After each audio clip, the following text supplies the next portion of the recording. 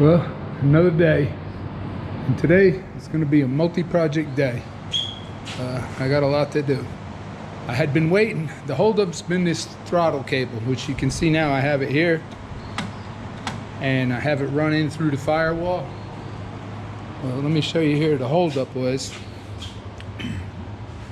you can see my throttle pedal that I made. The problem is this half-inch plywood right here with the fiberglass on it only has a 1/4 of an inch clearance between the scatter shield and that piece of plywood. So there's no way to get up underneath it to put nuts on it or to tighten anything. So what I did was, that's why I was waiting for this cable to get that pedal set.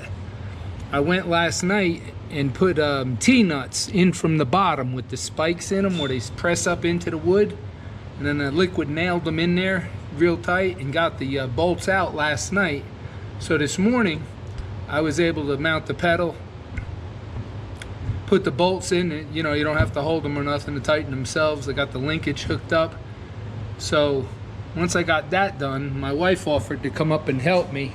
We put the body on and she held the tops while I got underneath and tightened everything. So now, I don't know if you can see, but the body's mounted, the shifter's mounted, the gas pedal's mounted, the steering column is mounted, the whole, you know, like I said, the body's mounted. So what I'm working on right now is the fuel tank.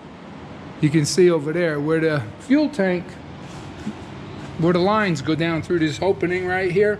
If you could look down in there, there's not a lot of room to get a wrench up in there. You probably could, but it'd be very difficult. So what I did was I went ahead and attached the line to the fuel tank now, and I'm going to try to stick the line in there and then stick the fuel tank down in here. And once I get that done, I could mount the fuel line underneath the body, and it connects up here to the, well, down in here, it connects to that shutoff valve. But then I'm going to run that wire loom you see on the floor along with the fuel line. Out here, I'll zip tie it to the fuel line behind the frame rail and then mount them individually under the floor, because the wire's got to come up underneath the seats. So that's what I'm working on right now. But like I said, there's a lot to do. Both sides, the wiring harness got to be run up into the body. The brake pedals still got to be put up, put inside. I'm still waiting on the bolts to mount the zoomies. Nobody around here seems to have them, so I might end up waiting a couple days to get those. Well, let me get back to work. I'll keep you updated.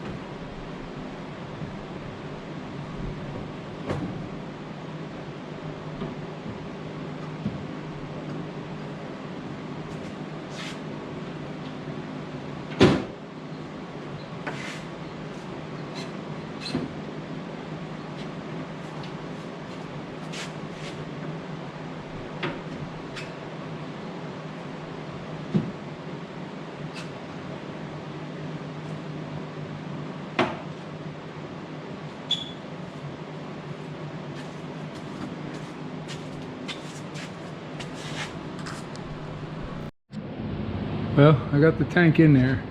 I got some pieces of rubber over there and some foam. that I'm gonna put around the sides of it, and then you see where it fastens down here on the top, and then fastens down on that side. Now let me get it bolted in, and then I'll run the fuel line up underneath the frame. Well, as you can see here, I got my fuel cell in. I'd like to thank Steven at Rock Solid Motorsports. He fabricated the fuel cell. It fit perfect. I got 3/4 inch line all the way up here to the pump. Now fuel line's in, and as you can see here, all the wiring on this side of the car is done. The headlights are wired in, the electric fan is wired in, the alternator, the starter. I tested, everything's in and working on this side. But I had a little issue. I called a friend of mine, Anton Morgan in Fairview, North Carolina. He's the guy that built the transmission. That's what he does, is builds power glides. That's all he works on, is power glides. And I called to ask him how much oil should I put in it to start with. And he said, he reminded me about 8 quarts once the converter's full and everything in the transcooler. And I said, transcooler? And I got to thinking, I didn't hook up a transcooler. So now I'm lucky I talked to him, because I would have had oil everywhere. I got to run the transcooler. So my choices are either mount it up underneath the floor or run the lines from, well, right in here on the transmission, 2 lines up here, and I got a radiator, has fittings for a transcooler in it. So maybe I can get like 2 AN4 lines or something and run it up there, but it's gonna be tight getting around the alternator and the engine plates to run 2 more lines up there, but if I have to, that's what I'll do. I think today what we're gonna do is come over here to the other side, and I wanna get this side wired so I can get the zoomies on. I'm gonna wire in the water pump and the line lock and attach it and put it in a loom with the mechanical shutoff cable and get it back here up to underneath the body where I can get the wires up inside and get it wired. So that's what I'm going to be working on today. Well, I've been really busy today. We got a lot done.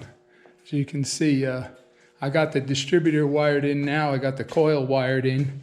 You can see the wires through here, through the firewall. Everything's hooked up. All the electric is hooked up and working. Everything on the whole car now is wired in. So what I've been doing today is hooking up the brakes. I'm running the remote master cylinder, which you can see the proportioning valve is right there to adjust the brakes, and the master cylinder behind it. But my reservoirs are up here underneath the seat. So I had to run 2 hoses down to the master cylinder, and I got it and got some brake fluid in it, but I got one little problem so far. The fitting right here coming out of the line lock going to the front, which you can see right in here, and you can see the puddle on the floor. And it's not even under pressure, it's just dripping. So I've went under there and tightened it twice, and I'm afraid if I tighten it anymore, something's gonna break. So I think there's gotta be something wrong with the flare. I'm gonna have to take it apart and check it, but I wanna make sure before I try to start it that I got good brakes and there's no leaks. And then I'm also, what I'm gonna do is put water in it now and check all the fittings for the water, and I could run the electric water pump, circulate it, so before I start it, I'll make sure I got no water leaks. I'm gonna make sure that the brakes are working. So hopefully it won't be long. I'm getting closer day by day. Well, today I was trying to figure out what was causing the brake line to leak. I thought it might have been a flare, so I went ahead and re-flared it, tried it again, and it was leaking just as bad as it was the first time. So obviously there was something wrong with the solenoid valve. So anyway, I went and took the solenoid valve off here, and it was my fault because the solenoid valve comes with a 1/8 inch pipe thread on both sides, and you have to use a fitting like this here, with a 1/8" pipe thread on one side and 3/16 brake line. You can see it's got the flare inside for the double flare. And I guess when I did it, I bought the flare, the bushing for this side, but I guess I assumed that that side had a flare, being brass. I don't know why. But anyway, it was my fault for that. So it's a weekend today, and I tried 2 auto stores and nobody's got it. So I'm going to wait till Monday and run over to Heinz Brothers. I know they got it. And also today, this morning, I went and ordered the fittings to go in the radiator in the bottom. I decided to run the transmission, use the transcooler in the radiator for the transcooler instead of mounting a separate one underneath the back of the body.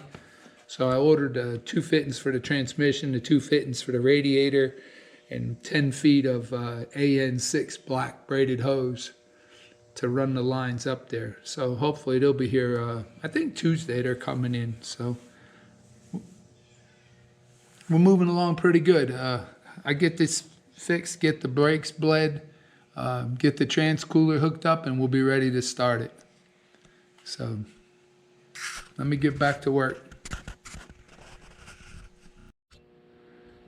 Well, today I went ahead and bled the brake lines. I got a little vacuum pump so I can bleed them by myself, and actually it went pretty well. I'm impressed. The brakes are twice as good as what I had before. Before, the pedal used to go halfway down before it would stop. Now it's not even traveling an inch and it's stopping the pedal almost at the top. So that worked out really good. Also today I went and filled the radiator and run the electric water pump, testing for leaks, and everything seems to be okay on that. I don't have no leaks. We're good to go there. I did have one issue though. My steering column. You can see right here this plate where I bolted it to the floor. When the plate was sitting on the floor before I bolted it down, just the way it sits, you could take this shaft with 2 fingers and you can turn the gearbox that easy. It was super easy to turn. When I slid the thing over it before I bolted it down, it was still super easy to turn. But when I used the dowel pin to line up the holes in the floor, it shifted the plate just a tiny bit, and now it put the steering column in a bind. And it'd take 2 hands to try to turn it right now. I think what's happening is the U-joint on the top of the steering box, where it goes from the shaft to the box, is not centered on the tube the way the plate is now, and it's hitting. So this morning I'm going to have to go take that plate back off, find out where it's hitting, if I need to adjust it or move the tube one way or another. So that's what I'm working on this morning. But I get that fixed, and the fittings for my transmission come in today to hook up the trans lines, and it'll be ready to run. Well, let me get back to work. Well, I've been busy today. My friend Buddy stopped by this morning and helped me get the steering column out, because you got to get somebody under the car and somebody inside the car to get the bolts out. The problem was it was tilted back too far. I had tilted it back to get it further away from the windshield, because you see right here it's only pretty close, just to give me a little more room, but I couldn't do it because it puts that U-joint between the shaft and the steering box in a bind in this skinny tube. You can see this way it's very skinny. This way it's pretty wide, you know. So that was the problem there, but we got it all back together, working perfect, no problems, everything's looking good. Also, while he was here, I had him help me put the wheelie bars back on, got the license plate back on, and I put the drag link on. You can see down here from the pitman arm up to the front. And while he was here, we went and set the toe, lined everything. So everything as far as that goes should be good. And also, while I had him here to help me, we readjusted the valves. I'm running a full roller with solid lifters. So it only had been running about 15 minutes. Had 2 of them were a little tight and 2 or 3 were a little loose. But I mean, within a couple thousandths, everything looked good.